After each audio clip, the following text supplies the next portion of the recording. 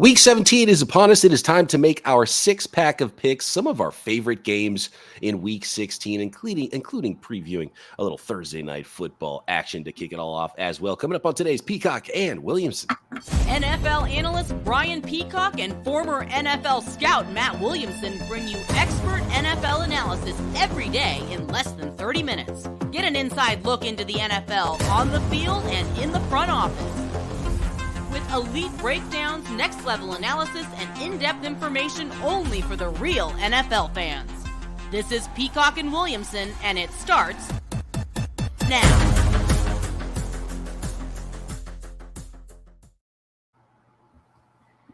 Welcome to the Peacock and Williamson NFL Show. Brian Peacock alongside Matt Williamson at BD Peacock at Williamson NFL. Thanks, everybody, for making us your first listen here on the Locked On Podcast Network, your team every day. Love all the everydayers out there. Subscribe up on YouTube and everywhere you get your podcast. Today's episode of P&W is brought to you by PrizePicks, the easiest and most exciting way to play daily fantasy sports.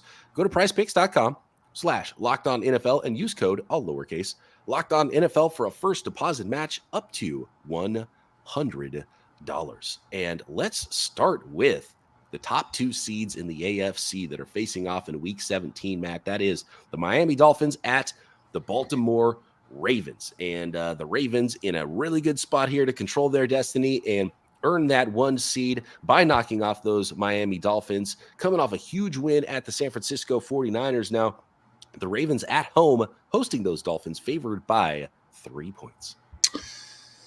Yeah, in Baltimore, my first thoughts are this is a similar style offense that Miami runs to the Niners. You know, a lot of crossers and middle of the field stuff. And boy, Baltimore's really well equipped to deal with that with Roquan and Hamilton. I assume he's playing, I'm not sure. But their safeties and linebackers in general are great at defending the middle of the field. And they throw a lot at you. And Miami's offensive line's not what it used to be, and they have a lot of injuries. But Miami's defense is playing lights out right now. I think that's kind of an underreported story, how good they've been on that side of the ball. So this could be kind of a grinded out, messy game. I just don't think 3 is enough for me in Baltimore. I feel like if this was in Miami, I would want Miami +3. You know, like I still think Baltimore should be favored on the road, let alone in their building with a place that's going to be fired up to. I think they clinched the number one. They do. If Baltimore wins this game, they clinch the 1 seed and can rest everyone next week. So I think they take care of business and win at home decidedly, I'm going to say. And it's an important one for Miami because they're not out of the woods yet. They would like to earn the 1 seed themselves, obviously, but they want that 2 seed and they want the division title. And they've got the Bills coming in next week. And if the Bills beat the Dolphins, then they'll have the same record after 18 weeks and after the end of the regular season. So we're going deep into tiebreakers there to decide the division. Mm-hmm. But I'm pretty sure if the Bills win the next 2 and Miami loses the next 2, the Bills win the division. So big time, big time implications here in this game. Not only is it good on good in the AFC, there's a lot to be decided here in the seeding of the AFC playoffs. And of course, the Miami Dolphins of all teams probably want to be at home as much as possible. And I think of all the AFC teams, I think it's the Cowboys, who we're going to talk about here against the Lions a little bit later in the 6-pack. The Cowboys in the NFC and the Dolphins in the AFC are the 2 that are helped most by being at home this season in the playoffs. And it's looking like the Cowboys are going to have fewer playoff home games than maybe the Dolphins potentially. But Dolphins have to do some work and have to win one of these next 2 games at least. Who you got? I have the Ravens. And I asked the question this week on Locked On 49ers, did the Ravens give the blueprint to the rest of the league on how to beat the 49ers? Well, that's the same blueprint they might want to use against the Dolphins. And something that the Ravens have that other teams don't have, something that the Ravens did that even they haven't done a lot this season against the 49ers was play dime, play with a lot more defensive backs on the football field because they wanted speed in the back end. And we saw the 49ers destroy the Eagles back 7 because they were rushing 5 and didn't have a lot of athletes in the backside and didn't have a lot of people on the back end and were catching and running and going crazy. So the 49ers are a team that wants to run the ball. And so you have to stop the run, right, and get to those third downs. But when you're on those third downs, the 49ers kill you because they have base personnel and they kill your base defense and put your linebackers and back 7 in a blender. Well, what the Ravens did that that the 49ers haven't seen a lot of is they threw dime out there. They even had some 3 linemen, 2 backers, some 3-2 sets with 6 defensive backs on the field to match up with speed. And what do the Dolphins have? A lot of speed. So one thing that happened is the Dolphins might have seen that blueprint and go, oh, okay, now we're going to be prepared because we know what the Ravens are going to try to do against us. And they have the personnel and the defensive backs in the back 7 to be able to pull this off where some other teams might not. So that's interesting there, the chess match. So now the 49ers get to watch this game and say, okay, if we play the Ravens in the Super Bowl, what are the Dolphins going to do against this Ravens defense? And the Dolphins got to see the tape from last week of the 49ers and how the Ravens win against a similar offense. So I think that's fascinating. All that said, I'm taking the Ravens. Yeah. Last thing on it, though, too, all great stuff. I don't know that Miami can say, okay, you're giving us a lot of lighter personnel with a banged up O-line and small backs. We're just going to beat your face in with the run game. Like, I don't know that Miami can do that if they play the same approach. They're just a Chan's not going to wear you down. It's not Mike Allstott out there. Yeah. And then the thing, too, you talked about the blueprint to beating the Niners. Well, I think part of the blueprint is force strange turnovers and have the league MVP. You have a crazy guy that you can't get on the ground. Yeah, you could try this blueprint, but you don't have number 8 on offense, and you don't have our guys on defense, and you don't have Mike McDonald, the defensive coordinator. Now, the Miami Dolphins do have a pretty good defense coordinator, and a lot of these teams do have good defensive coordinators, but it's easier to say there's a blueprint out there, and it's another thing to have the pieces. It's the Jimmies and Joes versus the X's and O's, right? You might have one or the other, but the Ravens have both. Yeah, we're going to talk Niners, Washington. I don't think the Commanders are going to be like, well, Jacoby, just be Lamar, and our back 7 will be Hamilton and Roquan, and we'll be fine. Right? Washington is the last team in the league that's going to be able to do that, right? And so that's a perfect segue into 49ers Commanders. And the one team I don't want to play this week is the San Francisco 49ers. I think the 49ers are going to go to Washington and put up 40 points, and the Commanders definitely don't have the Jimmies and Joes to pull that off on the back end. And this is going to be a 49ers team that is a little upset about losing that game, I think, in prime time. And I don't want to play the 49ers. Now, it's a lot of points. The 49ers are favored on the road by 13, which is a ton of points to be getting on the road. But I do think the 49ers can win this one by 2 touchdowns. Washington is not in a good space, especially on the defensive side of the ball. So I do expect a get-right game for Brock Purdy and the 49ers offense. If this was Niners minus 18, I think I'd still take San Francisco. I'm trying to think what number would I go to Washington.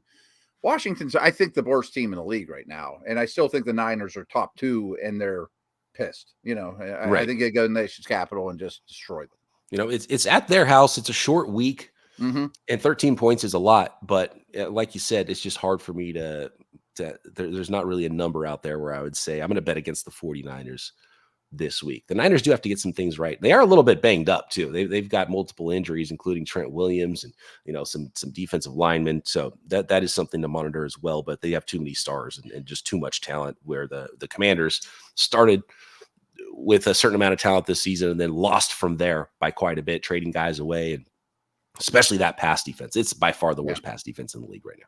Oh, it's horrendous. The pass rush off the edge doesn't exist. I think they've basically cashed it in, and the offense can do some things, but no, I just don't see this going well at all. All right, next we got a Thursday nighter, Jets at Browns. We've got the Lions at Cowboys, which should be a fun one here in the NFC side of things. And how about the Saints and Bucs for the South next? Today's episode of Peacock and Williamson is brought to you by PrizePicks Daily Fantasy Sports Made Easy. How easy is PrizePicks Daily Fantasy Sports? Well, all you do is you pick 2 to 6 players and you pick more or less than versus their stat projections on PrizePicks and watch those winnings roll in. Win up to 25 times your money this football season playing PrizePicks. And there's no pros. You're not playing against a bunch of sharks. You're just playing against the numbers. You're playing against the stat projections at PrizePicks.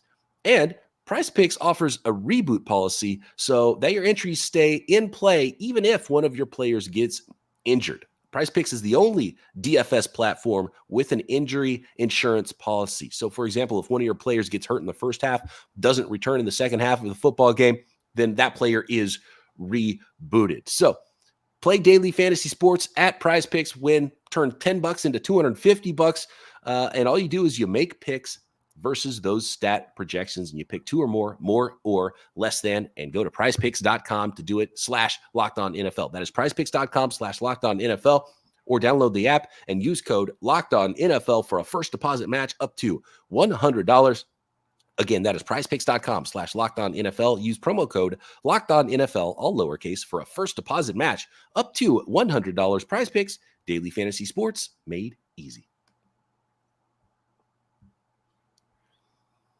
Here we go. We got the Detroit Lions at the Dallas Cowboys here. And really it's the Cowboys against the Eagles for seeding, whether it's going to be the 2 or 3 seed and the 5 seed. But the Lions would like to get the 2 seed here. The Lions potentially could still get the 1 seed if the 49ers falter the rest of the season and don't beat Washington and don't beat the Rams to end the season. So a lot to be decided between the 1 seed, the 2 seed, the 5 seed, the 3 seed here. And so Detroit Lions at Dallas Cowboys, a lot to play for. And as we have talked about a lot in recent weeks, the Cowboys are a different football team at home than they are on the road. And they're at home here with the Lions and favored by 6 against Detroit. I appreciate the whole home road thing with the Cowboys, and as well as Goff, but that's more weather with Goff. I mean, we're going to be in a dome, Arlington, Texas. So that's not a problem. Am I nuts to think, though, that Detroit's just a flat out better team than Dallas right now? I mean, I think they are. It's too many points. This line should be points. Yeah. And it's a field goal, and you never know how a game's going to go, but this game should be closer than a 6-point line, even though the Cowboys are better at home than they are on the road. Both teams have something to play for. The Lions are certainly playing better. There's a home road thing, but I do think that 6 points is too much. And so Lions are playing better. I think 3 points would make some sense. 6 points is too much. Give me those Detroit Lions. Give me all those points. Yeah. And their Lions D is starting to play a little bit better. Dallas's D has not been good. I mean, they're quality opponents, but that has not been great. They've been getting run on pretty consistently. I just think that Detroit moves the ball and scores points on anybody. I mean, I think their offense is borderline elite. So this is way too many points. I don't know who wins, but I'll take 6 all day long. We're looking for a shootout here then, are we? I think that's very possible, yes. And the bettors or the odds makers think it's going to be a shootout as well. 53.5 is the over and under on this game. So, yeah. I'm not Saturday, by that, but that makes sense. Yeah, Saturday standalone, Saturday night, yeah. Yep, the only Saturday game, so that'll be fun. Standalone game Saturday night, and the Lions at Cowboys. This will be a really fun game, popcorn game, a lot of points. Play your fantasy players in this one, and a couple of good offenses out there. And but yeah, I think this could be a close one. So give me those Detroit Lions. This one's gonna be a lot of fun and potentially a playoff preview. These teams might see each other again, and the winner might get the home game here. So the Lions would much rather play the Dallas in Detroit in the playoffs. So big one here. Absolutely, yeah. I think the Lions are in a good spot. I want to go next to the Saints and the Bucs, because if I'm not mistaken here, the Tampa Bay Buccaneers could wrap this thing up in the NFC South. And they're at 8-7. The Saints are at 7-8. These teams kind of going in different directions. The Saints have been, not a fun team to watch in recent weeks, and the Buccaneers have been a really fun team to watch in recent weeks. And Baker Mayfield playing a high level of ball. He's about 400 yards shy of 4,000 passing yards this year. He's got a 26 touchdown to 8 touchdown to interception ratio. You got Mike Evans, who's nearing 1,200 yards receiving and 13 touchdowns. And Rachaad White is doing big things on the ground. And as a receiver for the Tampa Bay Buccaneers, can the Saints limit that offense? Tampa at home favored by 3 points here. I think it's a pretty good number for a division game. We always know like Evans and Lattimore battle it out, and these guys are bigger rivals than maybe some of us up north tend to realize. But I think Tampa's offense is playing really well. And I just have no momentum around the Saints whatsoever. Like, they're one of the more boring, just average teams in the league right now on both sides of the ball. Kind of old. I feel like they're, struggling through the season in a way. Where Tampa is playing strong in their building. I'm going to lay the points, but that's a pretty good number. Yeah, I'm going to agree with you here. And I think it's actually not that great of a number, because I just think Tampa Bay Buccaneers are playing that much better. And, the familiarity and the division opponent. And so maybe I'm off on that, but I think I would flip those lines. I think it should be in the Lions-Cowboys game, Cowboys favored by 3, and it should be the Bucs favored by 6. Instead, it's kind of flipped. So for me, those two bets are easy, and I'm taking the Lions against the Cowboys, and I'm taking the Buccaneers to beat the Saints. I just haven't seen. What do you hang your hat on with the New Orleans Saints? Right now? I know what I'm getting with the Bucs. They're playing at home. The Saints are on the road, and I don't know that I could say, oh, this is going to happen, and you got to watch out for this because Carr is going to hit Olave, and you're not going to be able to defend that. And I can't say that with the Saints against the Buccaneers. No, I feel the same way. That they're kind of even Steven right in the middle. That doesn't blow my skirt up. Let's move on to the Chargers and the Broncos. And of course, we circled this one all off season long because we knew it was going to be Easton Stick at Jarrett Stidham in week 17. The Los Angeles Chargers, who are playing as bad as anybody right now, like the Chargers. You mentioned the Commanders. If there was a tournament with like the Chargers, the Commanders, the Carolina Panthers, and who else would be in the that? Cardinals, maybe. Yeah. I'd probably seed the Chargers and Commanders the bottom two of those four teams. Yeah. Oh, the Commanders would be last for me. That's for sure. Yeah. And the Chargers aren't playing much better. They're playing at the Denver Broncos here. Broncos at home favored by 3 with Jarrett Stidham. What do we expect from Jarrett Stidham now that it looks like Russell Wilson is no longer going to play quarterback for the Denver Broncos? Yeah, I'm semi-excited about it. I mean, I think Denver's defense is the best unit of the four.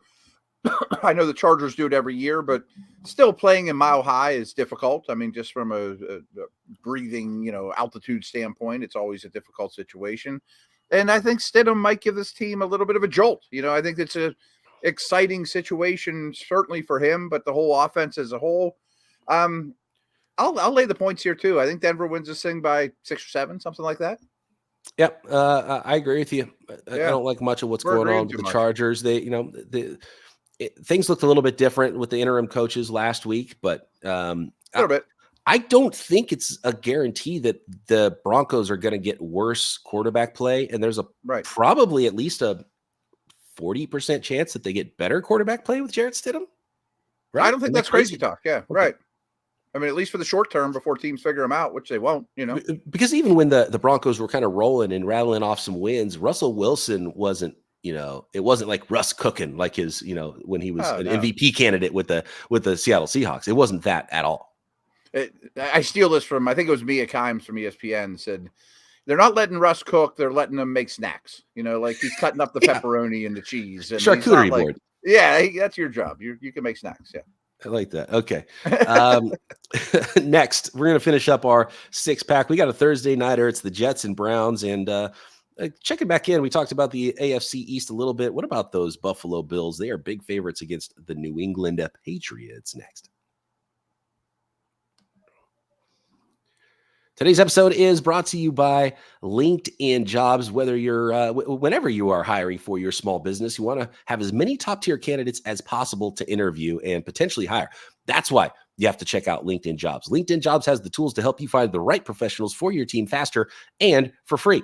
And why not go to the place with the most professionals that are potentially hireable? We're talking about 1 billion professionals at LinkedIn. So LinkedIn just isn't some other job board. Hiring is easy when you have that many quality candidates. So easy, in fact, that 86% of small businesses get a qualified candidate within 24 hours at LinkedIn Jobs. And with LinkedIn Jobs, they now have launched a feature that helps you write job descriptions easier and quicker. So you have no excuses not to find the best candidate possible at LinkedIn Jobs. Post your job for free at linkedin.com/LockedOnNFL. That's linkedin.com/LockedOnNFL to post your job for free. Terms and conditions apply.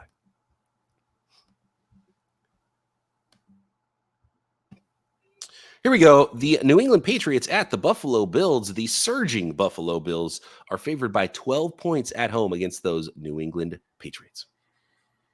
New England's D's good. They beat the Bills earlier. I think Belichick has this team playing hard. I want to throw out Christian Barmore's name. He's been a terror for that defense. And clearly their offense is lackluster, to say the least, and doesn't have a quarterback or dynamic, guys. Could I see Belichick keeping this thing close? I mean, they're still playing with a lot of pride. I could, but in Buffalo, I think the Bills win this by 2 touchdowns. I don't love the line. Yeah, it's too many points for me. Yeah. I'm not going to, bet the money line for the Pats to win or anything like that. But 12 points is a lot. Bill Belichick coached defense against a familiar opponent. I just, Buffalo by 10 or whatever, and they could still win this easy. 12 points is just a little bit too much here. in a matchup like this amongst division opponents. When it's 3 points, 6 points, like we talked earlier with some of these division opponents, I'm not too worried about that for the better team. But 12 points, as good as the Bills are, as good as they're playing right now against the Patriots, 12 is too many. So I'm gonna go with the New England Patriots here and take those points. I was tempted. I would not touch this. I think that's a good line.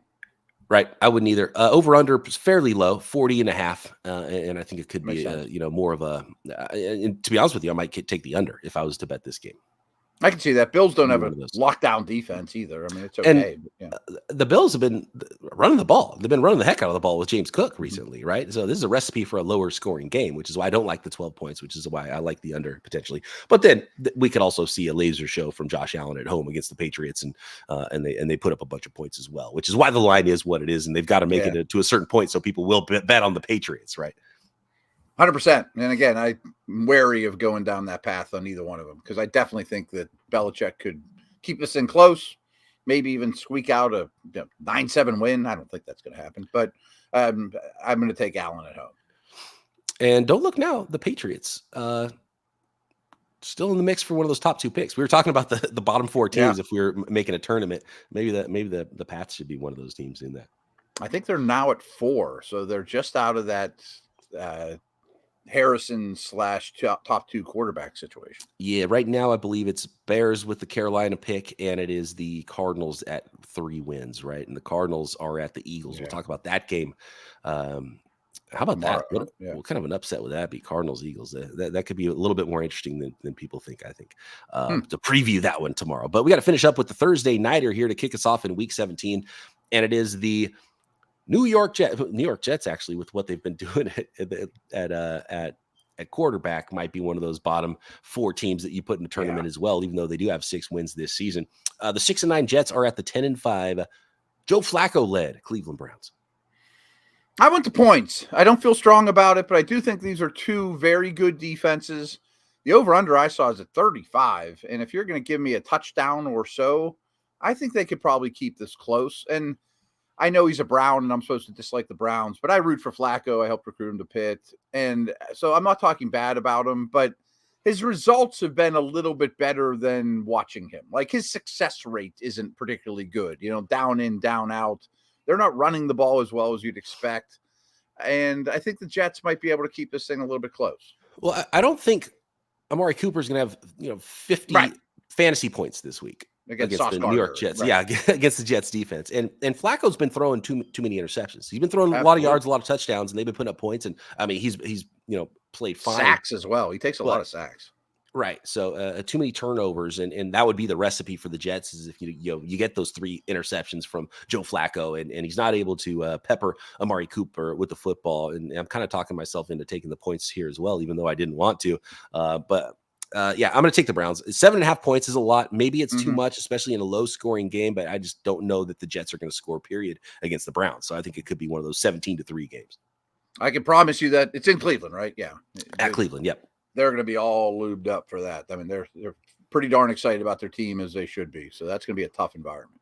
Yep, absolutely. All right, that is our Week 17 6-pack. We're nearing the end of the regular season. Unbelievable. We'll make the picks for the rest of Week 17 on Friday. Appreciate all the everydayers out there. Make sure you are subscribed up to Peacock and Williamson on YouTube and everywhere you get your podcast. And for those of you that want more content, you got to check out Locked On Sports Today. It's the first of its kind 24/7 sports streaming channel. You can find it on YouTube. You've got all the local insiders and all the local experts here from the Locked On Podcast Network on a 24/7 stream, including national shows like Peacock and Williamson. It's the first of its kind. Locked On Sports Today, 24/7 sports network. You can find it on your Amazon Fire TV as well, and more smart TVs to come. So check that out and make sure you are subscribed to Peacock and Williamson. Talk to you tomorrow right here, Peacock and Williamson.